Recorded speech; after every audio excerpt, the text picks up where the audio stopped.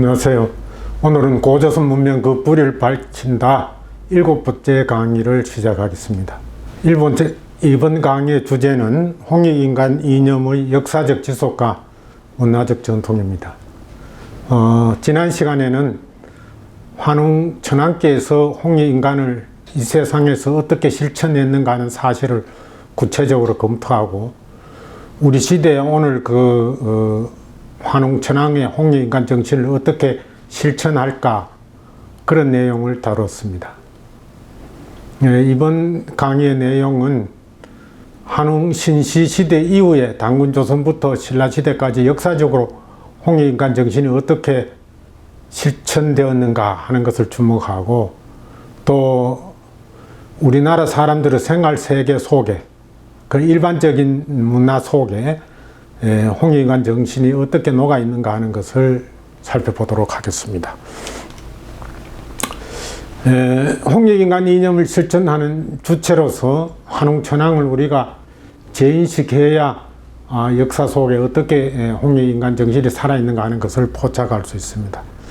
한의는 거듭 이야기한 것처럼 태양이고 햇님을 상징합니다. 따라서 하늘에 있는 천신이니까 이 땅에 내려와서 홍익인간을 실천할 수가 없어요. 근데 환웅은 이 땅에 내려왔잖아요. 그러니까 햇빛이고 햇살입니다. 그래서 환희는 아들로서 지상에 강림한 존재이기 때문에 이 땅에 내려와서 홍익인간 이념을 실천하는 주체 노릇을 했다고 하는 것입니다. 해는 하늘에 있기 때문에 구름이 가릴 수도 있어요. 또는 빙하기 같은 것이 어떻게 시작되었는가 하면은 화산이 폭발되어서 면이 많이 지구를 덮거나 또는 해성이 날아와서 지구에 부딪혀서 먼지가 일어가지고 이 해를 가리는 바람에 빙하기가 생겼다 그런 이야기가 있습니다. 그래서 해는 하늘에 있기 때문에 그런 일이 일어나면은 인간 세상을 밝게 비출 수가 없어요. 그런데 햇빛은 지상에 내려왔기 때문에 환웅처럼 인간 세상을 밝히는 실제 구실을 할 수 있다. 그래서 환웅은 홍익인간 이념의 주체자다. 그렇게 말씀을 드릴 수가 있습니다. 그래서 우리가 이 환인신시의 시조인 환웅은 태양의 아들이자 햇빛입니다. 그래서 시조를 환인에 두고 있기 때문에 우리나라 신라는 태양시조 사상을 갖추고 있다. 이렇게 이야기할 수 있습니다. 태양은 그야말로 만물을 생겨나게 하고 살아있게 하는 창조주이죠. 삼라만상을 살아있게 하는 조물주입니다. 그래서 이 홍익인간 이념이라고 하는 것은 곧 태양과 같이 모든 존재, 모든 생명을 살아있게 하는 그러한 정신, 실천의식을 말한다고 이야기할 수가 있습니다. 그래서 신석기 이후의 인간들은 다 태양신을 숭배했고 또 왕을 태양으로 의식을 했어요. 그런데 이 태양이라고 하는 것은 하늘에서 독야청청합니다. 그래서 태양을 나타내는 왕권은 절대 군주입니다. 그래서 모든 권력을 다 쥐고 있기 때문에 태양에 은유되는 전제 군주는 때로는 전횡을 할 수도 있습니다. 그런데 햇님처럼 하늘에 있는 것이 아니라 이 햇빛이 돼가서 햇살로서 지구촌에 골고루 내려와서 모든 삼라만상을 살아있게 만들고 또 구석구석을 차별 없이 환하게 하는 것, 이것이 진정한 홍익인간 이념의 어떤 실체가 아닌가. 따라서 제세이화라고 하는 것이 이 태양 권력으로서 절대 군주로 군림하는 것을 막고 제세이화, 인간 세상에 머물러서 사람들과 같이 산다 하는 이런 이념이 홍익인간 정신을 압축하는 것이다. 그렇게 볼 수가 있습니다. 그래서 홍익인간 이념이 역사적으로 어떻게 지속되어 있는가 하는 것을 우리가 역사적으로는 환웅신시 이후에 당군조선이 있었고 그 다음에 그것을 계승한 부여와 고구려, 신라 등등으로 이어집니다. 그래서 일단 당군조선의 경우 어떻게 이어졌는가?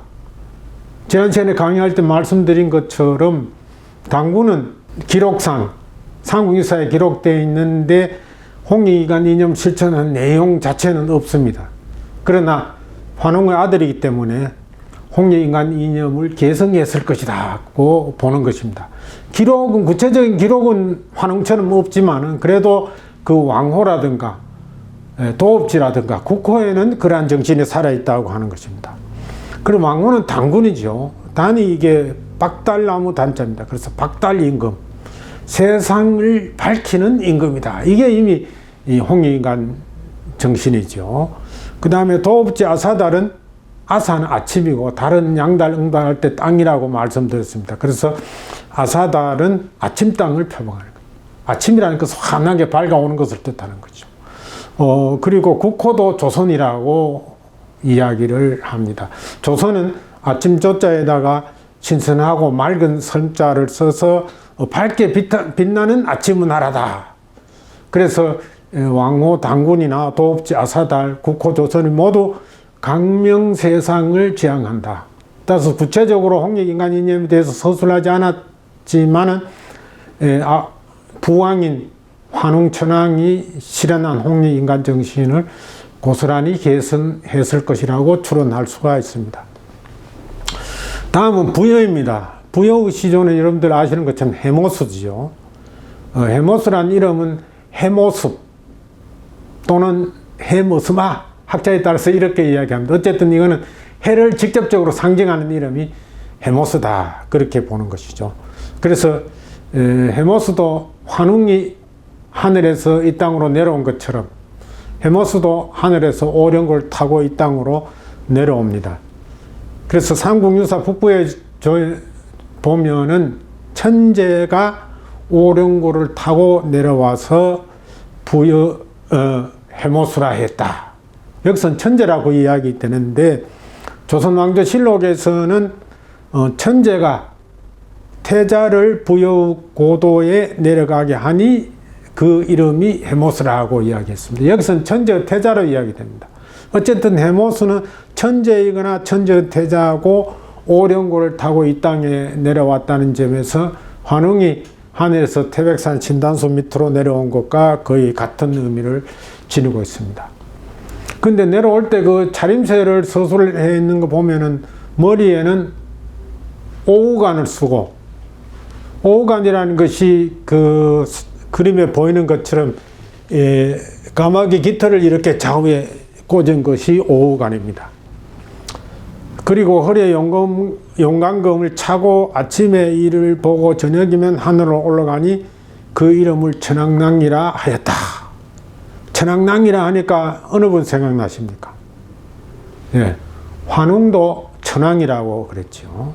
그래서 이분들은 다 하늘에서 내려온 천왕이다.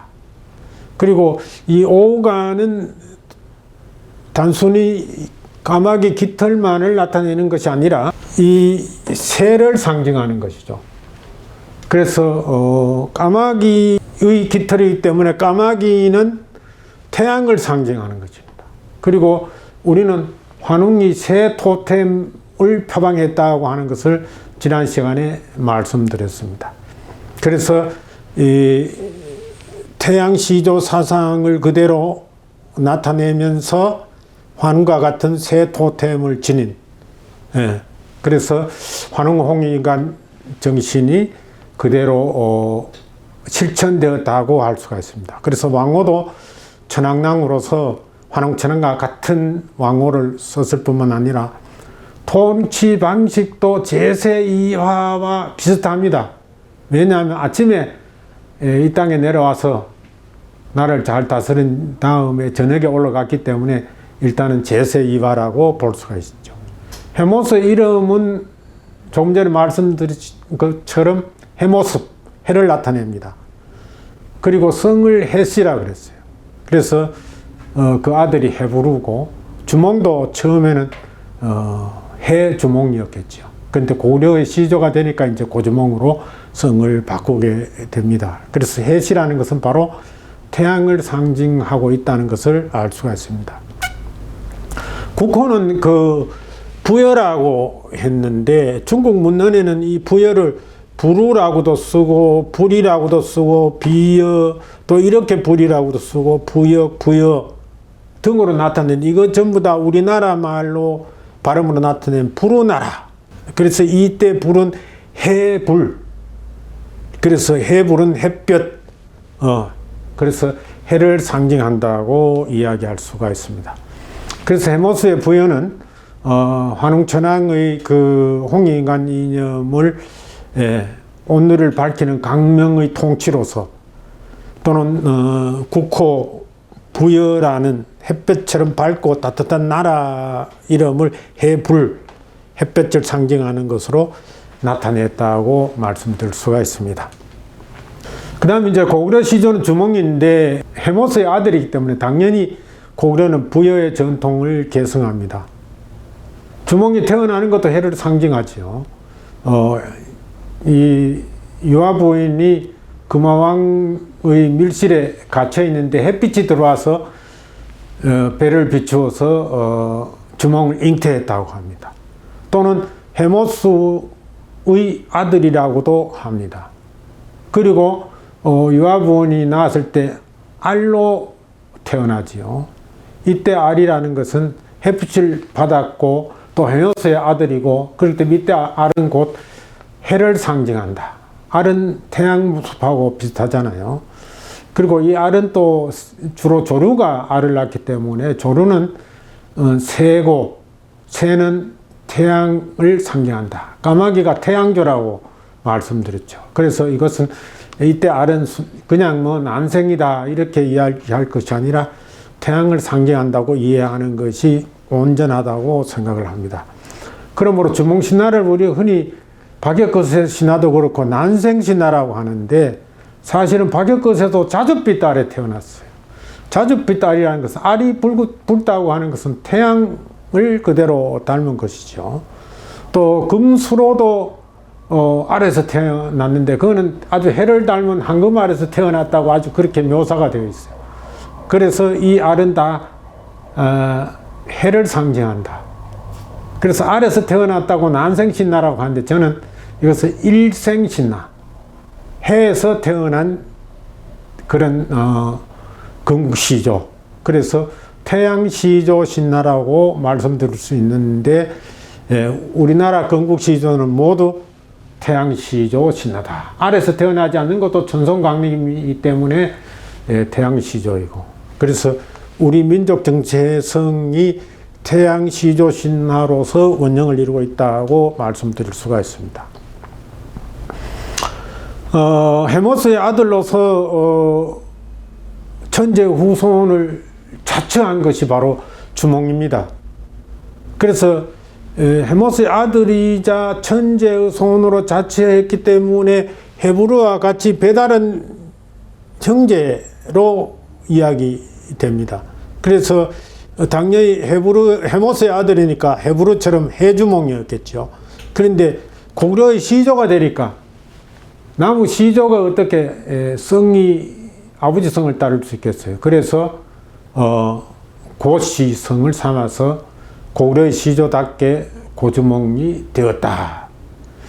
이런 논리를 가만히 생각해 보면 당군도 처음에는 환웅 아들이기 때문에 환웅이 아들로서 환군이었을 가능성이 있습니다. 그런데 조선의 시조가 되었으니까 개국 시조로서 당군으로 바꾸지 않았을까. 그래서 환인, 환웅, 환군이 나중에 환군은 조선의 시조가 됨에 따라서 당군으로 바뀌었을 가능성이 있다. 해주몽에서 고주몽으로 바뀌는 논리를 보면은 그렇게 해석할 수가 있습니다.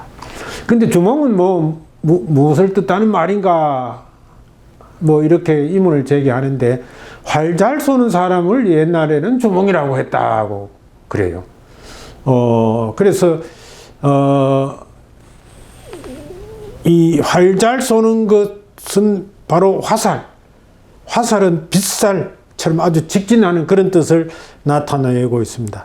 그래서 해주몽이니까 해화살, 햇살을 상징하지 않았는가. 그래서 햇살을 상징하는 해주몽이 고구려가 시조에 대해서 고주몽이 되었지 않는가. 그래서 주몽은 햇살 같은 광명의 지도자다. 그러므로 주몽신화는 난생신화가 아니라 일생신화이자 태양신화로서 환웅과 같은 홍익인간 이념을 표방했다고 말씀드릴 수 있습니다. 신라의 시조 박역거세도 홍익인간을 포명한 것이 아니라 이 시조는 광명이세를 표방했어요. 광명이세는 역시 세상을 밝게 한다는 거죠. 홍익인간 이념이나 다르지 않습니다. 태양시조로서 광명이세를 포명하는 것은 아주 일정한 그 일관성을 가지고 있죠. 혁거세는 하늘이 내려보낸 자줏빛 아래서 출현합니다. 백마가 천마지요. 천마가 알을 운반해 왔는데 여기는 뭐 자줏빛 알로 표현되어 있지 않지만은 이 자줏빛 알에서 태어났다고. 그래서 하늘에서 자줏빛 알이 이 백마를 타고 오게 됩니다. 그래서 육천 촌장들이 이 알을 이 알에서 아기를 받아서 목욕을 시키는 그런 내용이 나옵니다. 그래서 이 자줏빛 알도 역시 태양신화다. 일날일 일생신화다. 그렇게 말씀을 드릴 수 있어요. 그래서 천송강림의 건국시조라는 점에서는 같다고 하는 것입니다. 그래서 여기서 아기가 나와서 아기를 동천샘에 목욕을 시키니 온몸에서 빛이 나서 온 세상이 밝아졌다. 해와 달도 증명해졌다. 그래서 여기서 나온 아기 이름을 혁거세라고 했다. 혁거세라고 하는 말을 가만히 보면은 홍익인간 제세이화를 압축한 말 같아요. 뭐냐면 세상에 머물러 있으면서 세상을 밝히는 거죠. 이거 밝을 혁, 머물거, 세상 세자입니다. 그러니까 세상을 밝게 하는 것이 홍익인간 이념이고 그것에 세상에 머물러 사는 것이 제세이화거든요. 그래서 혁거세라는 이름 자체가 이미 이러한 것을 나타내는 것이면서 홍익인간 제세이화 이념을 압축하고 있다고 하는 것입니다. 그런데 더 흥미로운 것은 혁거세라는 이름은 한자말이에요. 그런데 다른 이름을 불구네라고 쓰고 있습니다. 이거는 우리말이죠. 그러니까 한자로 이두식으로 표현한 것이죠. 불구네. 불구네는 뭐냐? 불구네. 붉은 해죠. 그러니까 이 자줏빛 알. 알이 자줏빛이면 이거 붉은 해와 마찬가지잖아요. 그래서 혁거세는 바로 붉은 해였다 하는 것을 금방 알 수가 있어요. 그리고 나중에 성을 박을 붙입니다. 박혁거세. 이때 박자도 아까 당군을 박달나무 단자 쓴 것처럼 박다는 우리말 뜻을 혁의 우리말 뜻 박자를 여기다 또 붙여서 박혁거세라고 성을 붙인 것이 아닌가 그렇게 해석을 할 수가 있습니다. 그런데 삼국유사에서 일련은 이 박은 바가지를 만드는 고지 그 박바가지의 박이다 모양이 그렇게 둥글다고 했는데 실제 뜻은 박다는 박을 가져와서 박혁거세라고 할 수가 있습니다. 그래서 박혁거세는 이름에서부터 강명이세의 이념을 표방했고 실제로 이 이름이나 강명이세 이 모두가 홍익인간 이념과 제세이하의 가치를 표방한다는 것을 알 수가 있습니다. 그런데 신라 사회에서는 한웅 홍익인간 이념이 더 구체적으로 실천됩니다. 왕의 이념에 머무는 것이 아니라 그 사회에서 두 가지 대내적으로 이러한 제세이화의 통치를 하게 됩니다. 신라 사회의 아주 대표적인 제도가 하백제도죠. 예. 각 촌의 촌장들이 모여서 만장일치로 국가의 중대사를 의논해서 결정하고 상당히 민주적인 제도죠. 그리고 서로 각 촌장들끼리 화합하고 단결하는 뜻으로 이 제도를 운영했습니다. 때로는 왕도 정치를 어지럽게 하거나 음란한 경우에는 폐왕을 시켰어요. 그런 왕이 바로 진지왕이죠. 그래서 왕의 전형을 맡는 이해 민주주의가 이미 일대에 아주 전원일치제로 한 사람의 반대도 있으면 통과 안 되는 그런 제도로 이게 실현됐다. 이런 것들은 아주 홍익인간 정신으로 주목할 수 있겠죠. 대외적으로는 환웅은 곰족과 범족이 찾아왔을 때 대등하게 대응하고 인간되는 길을 알려주었어요. 그래서 다른 민족을 무시하지 않고 대등하게 포섭하고 수용했습니다. 근데 박역거세의 왕실도 마찬가지예요. 자기 왕위를 세습하지 않고 신라를 찾아온 훌륭한 인물이 있으면 그 인물에게 왕위를 이양하려고 선양하려고 했어요. 그 인물이 바로 석탈래죠. 그래서 석탈래는 또 그것을 사양합니다. 그랬을 때 이대왕인 남매왕이 유언을 했죠. 내 아들이든 또 사위든지 그런 거 혈연을 가리지 말고 현명한 자가 있으면 왕위를 계승하라고 이야기합니다. 그러니까 유리왕이 이 남해왕의 유언을 따라서 석탈에게 왕위를 이양합니다. 이거는 참 하기 어려운 일이죠. 그래서 이 왕권을 세습해서 독점하려고 하는 것이 아니라 훌륭한 인물이 왕이 돼서 나를 다스려야 국가가 발전한다 해서 국가의 전체 발전을 염두에 두고 이렇게 왕위를 다른 사람에게 자기 혈통이 아닌 사람에게 선양을 했다고 하는 것입니다. 이런 것이야말로 대외적으로 홍익인간 이념이 아닌가 그렇게 말할 수 있죠. 그런데 석탈래 또한 석시로서 계속 세습하는 것이 아니라 자기가 그 말지를 시림에 가서 금괴 속에 있는 것을 발견합니다. 그리고 그 말지에게 왕위를 선양하려고 합니다.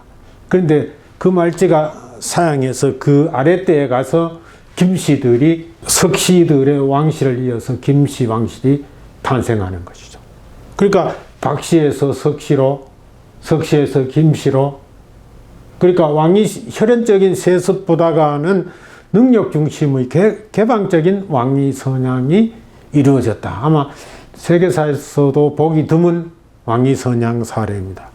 이런 것이 바로 홍익인간 이념이자 강명 2세 정신이 아닌가 그렇게 생각할 수가 있습니다. 근데 왕들만 이렇게 홍익인간 정신을 표방한 것이 아니라 우리의 일상생활 문화 속에서도 홍익인간 문화의 전통이 녹아 있었다고 하는 것이죠. 그래서 시조왕이 정치 철학으로 홍익인간을 표방한 것은 지도자의 지배 이념이죠. 지도 이념입니다. 이 지도자만 지배 이념을 가지고 홍익인간을 주장해서는 일반 민중들까지도 홍익인간 생활을 실천한다고 하기 어려워요. 따라서 밑으로는 피지배자들, 민중들이 일상문화로서 홍익인간을 실천했어요. 그것은 바로 인간해방사상이죠. 따라서 지도자와 민중들의 일상적인 인간해방문화가 함께 가야 홍익인간 정신이 온전하게 실현된다고 말씀드릴 수가 있습니다. 그러므로 지금부터는 민중의 일상문화에서 홍익인간 정신이 어떻게 실천되었는지 주목해 보고자 합니다. 민중의 생활세계를 압축해서 말하면은 사람들은 일하고 놀고 빌며 살아간다고 말할 수 있어요. 한마디로 사람살이를. 그래서 일하는 것은 노동을 말하고 노는 것을 놀이, 비는 것은 신앙, 평생 살아가는 것은 일생이라고 이야기할 수 있습니다. 그래서 우리 이 문화를 이렇게 노동, 놀이, 신앙, 일생 이렇게 넷으로 나누어 가지고 일은 어떻게 해서 홍익인간 이념과 일치하는가, 놀이는 어떻게 해서 홍익인간 정신이 실현되고 있는가, 뭐 신앙과 일생도 그렇게 한번 살펴보고자 합니다. 먼저 노동을 한번 보면은 우리나라 노동의 양식 중에서 아주 특별한 것이 두레입니다. 두레는 일을 하는 노동 조직이지요. 그래서 우리는 어느 사회나 일하지 않고 살아갈 수 없어요. 그래서 이 일은 의식주를 해결해 주는 아주 필수적인 생존 활동인데 지금도 일자리 때문에 문제가 있잖아요. 그래서 취업을 어떻게 하는가, 어떤 일자리를 얻는가, 그래서 실업을 어떻게 줄이는가. 그래서 우리가 뭐 생존 경쟁한다고 하는데 요즘은 거의 일자리 경쟁을 하고 있는 사회가 아닌가. 그럴 정도로 일이라는 것이 굉장히 중요한데, 우리 둘에는 일을 각자 알아서 개별적으로 일자리를 차지한 것이 아니라 공동노동으로 일을 했다고 하는 것입니다. 함께 더불어 일자리를 공유했다는 것이죠. 예. 일할 거 있으면 함께 했다는 겁니다. 그래서 공동노동만 했을 뿐만 아니라 두레로 공동노동을 하는 동안에 놀이도 공동으로 하고 음식도 공동으로 하고 신앙생활도 공동으로 했다. 그래서 두레를 조직하면은 이 풍물을 울리면서 당상굿이라고 해가지고 당나무 밑에 가서 이렇게 풍물을 치고 당상굿을 합니다. 그리고 이제 일터로 가는 것이죠. 그래서 누가 일 잘한다고 일자리를 독점하지 않습니다. 공동체 성원들이 민주적으로 공유한다. 재산은 사유재산이 있어서 이거는 우리 땅이고 저거는 내 땅이고 이렇게 구분이 있지만, 일을 할 때는 네 땅, 내 땅 구분 없이 함께 했다. 따라서 실직자가 없어요. 둘의 노동할 때는. 일거리가 없어서 노는 사람이 없었다고 하는 거죠. 그리고 일손이 모자란 사람도 없었어요. 왜? 누구 땅이나 다 함께 가서 일을 하기 때문에 일손이 모자라지도 않았고. 그래서 이 둘의 노동 방식은 요즘의 어떤 노동 방식처럼 분업체계나 경쟁체계가 아니라 협업체제이자 능력제 노동이다. 그래서 이렇게 모내게 할 때 논 잘 가는 사람은 소를 몰고 이 쟁기질을 하고, 또 논 썰기도 하고, 또 아이들은 여기 모내기 하는데 끼지 못하니까 모퉁 나르고, 또 뭐 이렇게 해서 각각의 능력에 맞게 일을 하는 것이지, 이 요즘처럼 뭐 분업 해가지고 또는 그 경쟁적으로 그렇게 일을 하지 않았다. 그리고 가부나 노약자는 땅은 있어도 노동력이 없어요. 그래서 이 둘의 폐에 기를 수가 없습니다. 그렇지만은 이런 사람들의 땅의 경우도 이 둘의 폐들이 함께 모내기도 하고 논매기도 해준다. 그런 점에서 과부나 노약자처럼 소외계층 이런 경우도 둘의 노동의 혜택을 충분히 있는다고 하는 것입니다. 둘에는 일만 하는 것이 아니라 함께 놀이도 하는데, 놀이라고 하는 것이 뭐 특별히 별도의 놀이를 하는 것이 아니라 일터로 나갈 때 또는 일을 마치고 집으로 돌아올 때, 또는 일을 하다가 중간에 실참에 풍물을 치고 뭐 춤추고 노래 부르고 노래를 합니다. 그래서 풍물패들이 앞장서고 두레꾼들이 장단에 맞춰 흥겹게 춤을 추면서 행렬을 이루어서 일터로 간다. 지금 이게 풍물패 사진인데, 아침에 누구든지 출근하려면, 일터로 가려면 어설픕니다. 뭐 사무실에 가서 일하는 직장인들도 출근하라고 하면 제각기 시간 맞춰가지고 직장에 가야 되는데 출근 시간이 제일 어설프고 힘들죠. 근데 여기 들에 가서 농사일 하는 건 얼마나 힘들겠어요. 각자 나가면은. 그런데 모여가지고 이렇게 풍물 치고 올리면은 두레꾼들이 어떻습니까? 여기에 모여듭니다. 그리고 난 다음에 이제 다 모이면은 이제 모내기 하는 장소나 논매기 하는 장소로 가는 거죠. 갈 때 이제 이 풍물에 맞춰서 신명나게 춤추고 그러면서 따라갑니다. 저녁에 일 다 하고 집으로 돌아올 때도 그냥 돌아오는 것이 아니라 역시 풍물 치고 춤추며 따라오죠. 하루 종일 일하고 나면은 몸이 얼마나 필요하겠어요. 그런데 막 풍물에 맞추어서 신명나게 춤추고 보면은 어디 결리고 뭐 이렇게 아프고 이런 것도 몸을 그 지친 마음까지도 확 풀어버릴 수 있는 그런 신명풀이가 됩니다. 때로는 뭐 저녁 먹고 난 다음에도 그 지주집에서 막 막걸리 한잔하고 치야 칭칭 난해하고 한바탕 놀이판을 벌이고 난 다음에 각자 집으로 돌아갑니다. 여러분들 생각해 보세요. 일터로 갈 때 악대를 앞장 세우고 일터로 가는 그런 문화를 여러분들 본 적 있습니까? 아마 세계에서 우리나라의 두레문화가 유일한 문화가 아닐까. 그래서 우리는 천신족이면서 흥이 많은 신명풀이 민족이라고 할 수가 있습니다. 그래서 일터로 나갈 때 악대를 앞세우고 그 뒤에 일꾼들이 춤을 추면서 따라가는 이 출근 방식, 우리가 독특한 것으로 우리가 기억할 필요가 있습니다. 근데 둘의 노동하고 모내기나 논매기 할 때 그냥 모내기나 논매기 하는 것이 아니라 때로는 풍물자들이 풍물 치고 잠깐씩 쉬기도 하고 뭐 모내기 하면서 못 가는 데서도 막 덩실덩실 춤을 출 수도 있고 또 농요를 부릅니다. 모내기 할 때는 모내기 소리를 부르고 논매기 할 때는 논매기 소리를 부르는데 특히 모내기는 남녀가 함께 합니다. 논매기를 할 때는 남자들만 주로 하는데 모내기 할 때는 남녀가 함께 하기 때문에 노래 내용도 사랑 노래를 주로 주고받습니다. 제가 이 몇 가지 모내기 노래 사설을 가지고 왔는데 이를테면 상주 함창 공갈모사에 연밥 따는 저 처녀야 연밥 줄밤 내 따줌새 내 품 안에 잠들어라. 총각이 처녀에게 적극적으로 사랑을 말하면서 유혹하는 그런 말이죠. 그러니까 이제 처녀가 답을 합니다. 잠들기야 어렵잖으나 연분이 없어 못 자겠네.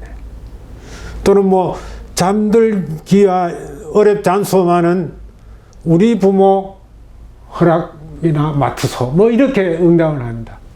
그러면은 또 이 총각이 연분이야 따로 있나 자고 나면 연분이지. 이 남자들 마음이죠. 우선 잠자리부터 하자 뭐 이렇게 적극적으로 이제 프로포즈를 하는 노래를 이런 노래를 서로 주고받고 그렇게 주고받는 것을 교환창이라고 한다. 어느 한쪽이 요렇게 부르면 그 다음 쪽이 요렇게 부르고 한쪽이 부르고 다음 쪽이 이렇게 나누어서 주고받으면서 불러요. 이제는 여자들이 프로포즈 하는 내용입니다. 지나가는 선비님네 꽃을 보고서 그냥 가나. 집안에 있던 처녀가 길 가는 선비 보고 유혹하는 말이죠. 내 같은 꽃을 보고서 어떻게 그냥 지나가노 하니까 선비가 답을 합니다. 꽃을 보니 곳건만은 나무 꽃에다 손을 대리. 이렇게 이제 서로 모내게 하면서 이 양쪽으로 패를 갈라가지고 주거니 받거니 노래를 합니다. 이러다가 점심때가 되죠. 그래서 뭐 점심때문에 점심밥거리 안 오느냐고 또 노래를 하다가 보면은 점심밥걸 이고 오는 새댁이 뭐 이렇게 멀리서 보입니다. 그러면 이런 노래 나옵니다. 온달 같으나 점심밥걸 반달같이도 떠올랐네. 반달은 막 초저녁에 일찍 떠오르잖아요. 그러니까 이제 점심밥걸은 둥그니까 온달 같은 점심밥걸이라고 강주리가 둥근 강주리를 나타냅니다. 이렇게 이야기하니까 또 받는 쪽에서 니가야 무시나 반달이고 초승달이 반달이지. 뭐 점심밥걸 이고 오는 게 무슨 반달이고 초승달이 반달이지. 그러니까 여기서 또 초승달만 반달이가 금음달도 반달일세. 뭐 이렇게 서로 그 말을 주고받으면서 하루 종일 노래 부르면서 모내기를 합니다. 근데 점심밥걸 이고 올 때 부녀들이 이렇게 점심 바꿀 강주를 이렇게 익어오면 어차피 짧아서 위로 올라갑니다. 그래서 이때 나온 노래가 모시야 적삼 반적삼의 분통 같은 저적보소. 예. 그렇게 이야기하면 많이야 보면 병 날려라 담배씨만큼만 보고 가서 이렇게 또 노래를 하죠. 이건 뭐 하루 종일 부르니까 이 노래 사설이 엄청나게 많습니다. 주거니 받거니. 그러다 보면 해가 저물어요. 동해 동천 도든 해는 일락서산을 넘어가네. 이제 저녁 무렵이 됐다고. 하루 종일 모내기 하다가 저녁 무렵 되면 여러분들 반갑겠지요. 그런데 반갑지 않아요. 왜 반갑지 않느냐? 방실방실 웃는 입을 못 다보고 해가 지네. 모내기 하면서 이렇게 남녀가 울려가 서로 사랑 노래 하는데 그게 그 속에 자기 님이 있으면 못 다보고 해가 지니까 오히려 모내기 하면서 서로 남녀 간에 이런 사랑 노래 부르는 것이 더 즐거웠다는 거죠. 예, 그 이유도 쭉 있습니다. 뭐 걱정 말고 한탄 마소 새든 날에 다시 보세 이렇게 쭉 이어가죠.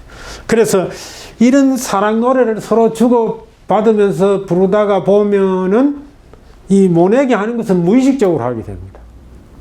그래서 이르 피로를 잊어버리는 것이죠.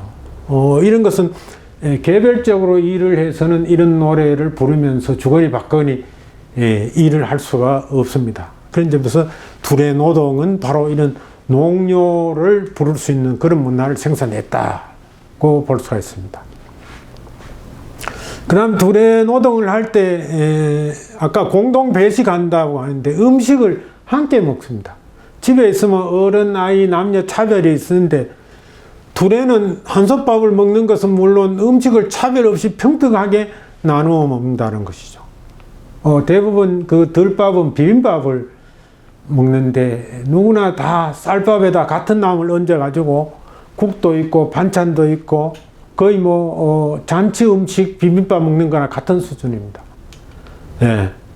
그래서 차별 없이 음식을 마음껏 먹을 수 있다. 그래서 아주 민주적인 공동 배식이 이루어집니다. 그리고 하루 세 끼만 먹는 것이 아니라 일을 하게 되면은 세 참을 먹게 됩니다. 그러니까 아침 점심 사이에 한 번, 점심 저녁 사이에 한 번.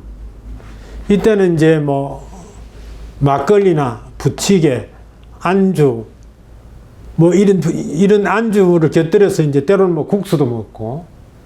그래서 하루 5끼를 먹는 셈이죠. 그런데 둘에 끼지 않고 집에서 노는 사람들은 부자라도 이런 참을 먹지 않습니다. 그러므로 참은 둘의 노동을 하는 일꾼들의 특권이라고 이야기할 수가 있습니다. 그래서 우리는 둘의 노동에서 홍익 문화를 발견할 수가 있다고 하는 것입니다. 그래서 재산은 사유재산은 인정하지만 일자리는 공유했다. 일자리는 다투지 않았다. 현대적으로도 그게 가능할 수 있지 않을까. 그렇게 가능하다면 뭐 회사는 사주의 것이지만은 그 회사에서 일하는 것은 일자리는 누구의 것으로 한정하지 않고 이렇게 공유하는 길은 찾아볼 수 있지 않을까. 그래서 어떤 사람은 하루 일을 3교대로 하면 그게 가능하다. 실업자 없이 다 할 수 있다. 그런 제안까지 합니다. 그 다음에 일의 고통을 놀이로 극복하고 일의 신명을 누리는 홍익문화다. 일이 놀이고, 그러니까 풍물잡이하고 같이 또는 민요를 부르면서 노래방에 간 것 같죠. 거의 뭐 하루 종일 노래를 불렀다. 노래방값 계산하면 뭐 엄청난 소득이죠. 예. 그 다음에 가부와 노약자 등 노동력이 없는 사람들을 배려하기 때문에 오히려 이 사람들은 이익을 본다. 사회적 약자들이 오히려 이익을 본다. 그리고 평소에는 지주가 주인이지만 일할 때는 둘의 조직, 일꾼들이 주인으로. 뭐 지주가 야 여기서 뭐 어떻게 하라 이렇게 하라 지휘를 하는 것이 아니라 둘의 조직의 자상이 전체 일을 계획을 세우고 오늘은 이논, 오늘은 저논 이렇게 해서 순서와 일을 쉬고 또 일을 시작하고 마무리하는 것을 다 결정합니다. 그래서 일꾼들이 주인 노릇하는 노동해방의 홍익문화가 둘의 노동을 통해서 이루어졌다고 하는